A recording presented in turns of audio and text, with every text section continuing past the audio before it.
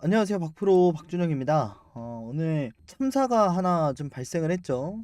이 아리셀 1차 전지 공장에서 좀 화재가 나면서 좀 사상자들이 나오고 있습니다. 이미 확인된 사망자는 20분이 넘고요. 지금 실종자가 실시간으로 한 10명에서 15명 정도 좀 집계가 되고 있다고 하는데, 어쨌든 간에 좀 먼저 영상을 시작하기 전에 좀 삼가 고인의 명복을 빈다. 좀 먼저 말씀을 드리고 좀 시작을 해야 될 것 같고요. 어찌됐든 간에 좀 비인도적일 수는 있겠지만 어쨌든 주식으로 좀 연관을 지어서 사실 오늘 영상을 사실 촬영을 할 수밖에 없을 것 같습니다. 그래서 아리셀 결국 이제 1차 전지를 만드는 기업이고요.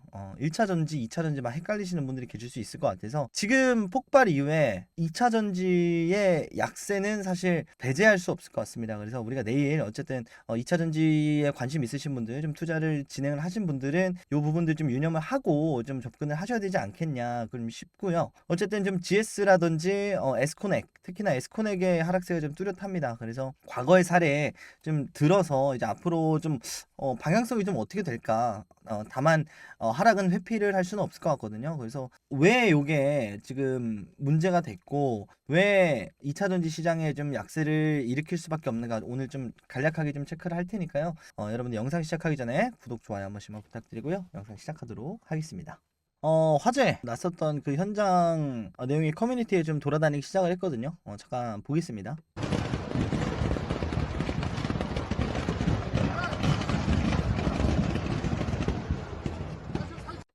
진짜 장난 아니죠. 지금 요 내용 자체가요. 불이 계속해서 피어오른다 이런 개념이 아니라 연기만 계속해서 나오고 있잖아요. 요게 사실 문제라는 거예요. 지금 하나가 터지니까 계속 타닥타닥 하면서 여기서 펑펑펑펑 소리가 들리죠. 무슨 뭐 콩알탄 터지는 소리가 들리는데 이게 2차 전지의 좀 약점이라고 사실 불렸었던 부분이에요. 안정적이지 못하다. 안정성이 좀 떨어진다. 그걸 좀 하이니켈 배터리에서 개선을 했던 게 뭐 리튬이온 배터리, 더 나아가서 이제 전고체 배터리 쪽으로 좀 가야 되지 않냐라는 목소리가 사실 나온 부분이 여기에 있거든요. 지금 보시면 관련주인 에스코넥이 이렇게 급락세를 보였습니다. 뭐 불행 중 다행이라고 할까요? 일단 하한가를 가진 않았는데 최근에 자리를 지켰었던 요 라인을 좀 이탈하면서까지 이렇게 급락세를 보여줬거든요. 그렇기 때문에 사실 추가 하락이 심히 우려가 된다라고 말씀을 드리는 거예요.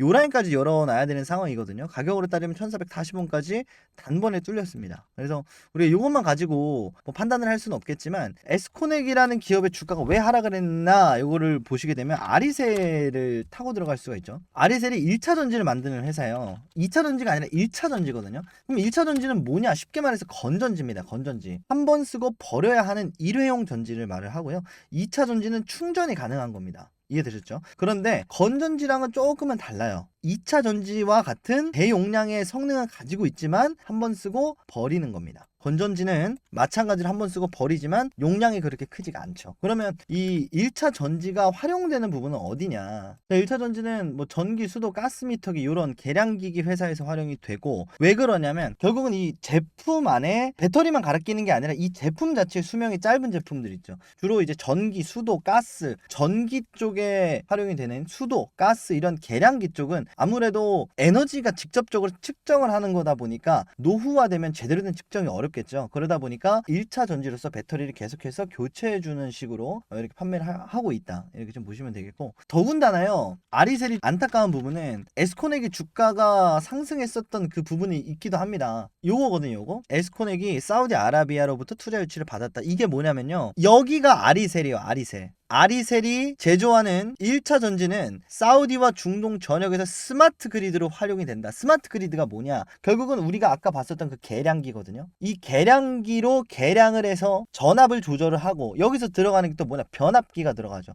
충분히 먹거리가 있었던 2차 전지 안에서도 1차 전지 그리고 스마트 그리드는 괜찮았다는 건데 그래서 지금 에스코넥 주가를 보면 주가가 다른 2차 전지에 비해서는 상당히 괜찮았던 건데 낙폭이 그렇게 크지 않았잖아요. 요 자리였잖아요. 요 자리. 오늘 급락하기 전 자리는 괜찮았었던 건데 요렇게 급락을 해버렸다. 일단 1차적으로요. 우리가 화재가 났었던 공장들 좀 예시를 몇 개 좀 보겠습니다. 대표적으로 에코프로비엠 청주 공장 화재가 있었죠. 청주 공장에서 화재가 났을 때 2022년 1월 21일입니다. 요 당시 주가를 한번 좀 볼게요.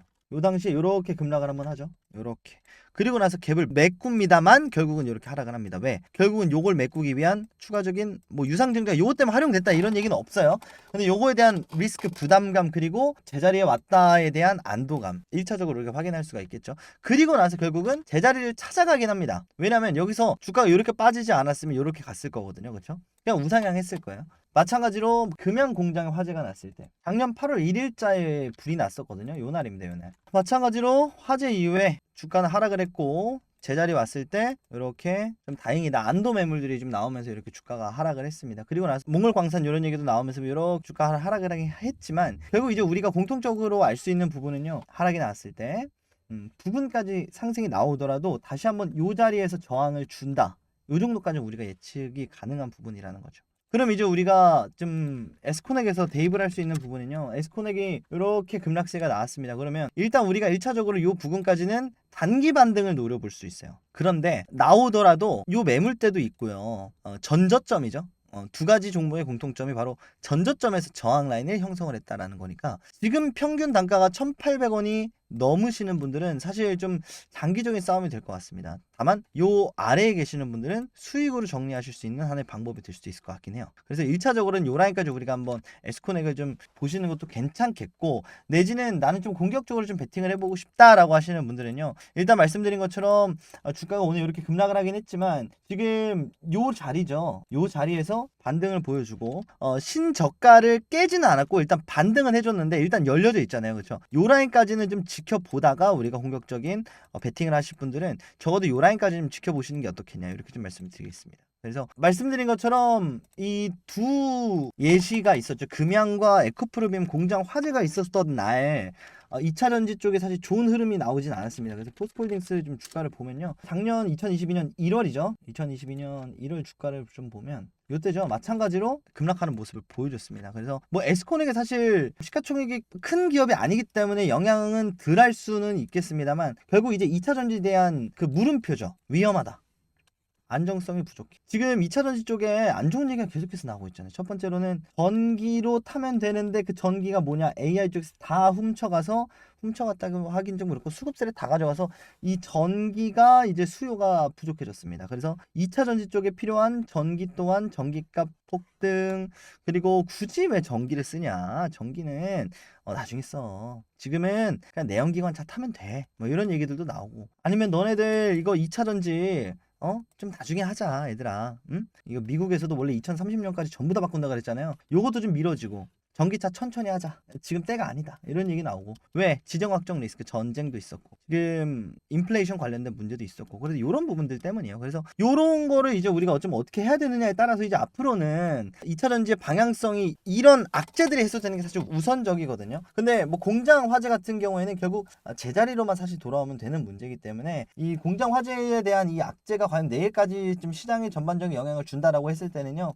내일까지는 그래도 우리가 좀 한번 지켜보는 게 어떻겠냐. 그리고 2차 전지 깝깝한데 말씀드린 것처럼 그래도 이제 앞으로 뭐 금리 인하도 앞두고 있고요. 그리고 추가적으로 미국總統 선거도 있고요. 그렇죠? 이런 부분들로 사실 이제는 반등할 수 있는 건덕지들이 하나도 둘씩 나오고 있고 실제로 테슬라가 상당히 실적이 잘 나오면서 잘 나왔다기보다는 좀 주주들한테 준 거죠. 왜냐면 일론 머스크가 연봉이 0원인 건 아시죠, 여러분들? 영원히 없어요. 연봉이 없어. 그러니까 일론 머스크는 배당을 많이 해줘야 지분을 많이 들고 있는 일론 머스크이기 때문에 뭐 한 주당 500원씩만 줘도 100주 들고 있는 우리는 5만 원만 가져가는 건데 일론 머스크는 뭐 몇십만 주를 들고 있으니까 그냥 배당만 높게 해줘도 본인이 가져간 돈이 많거든요. 그래서 테슬라 쪽에서 요번에 나온 실적 그리고 주주 부양 정책들 이런 거 생각했을 때 테슬라의 주가가 자연스럽게 회복을 하면서 이제 국내 시장에도 사실 좀 훈풍이 들어오는 그런 하반기를 우리가 좀 기대를 하고 있거든요. 그래서 이렇게 좀 단기적인 리스크 이슈에 좀 흔들리지 마시고 에스코넥이라는 종목을 들고 계시는 분들은 다만 말씀드린 대로 전저점이죠. 전저점까지는 우리가 좀 저항 라인을 좀 열어놔야 되겠지만 2차 전지 전반적인 섹터 테마에는 변함이 없습니다. 다만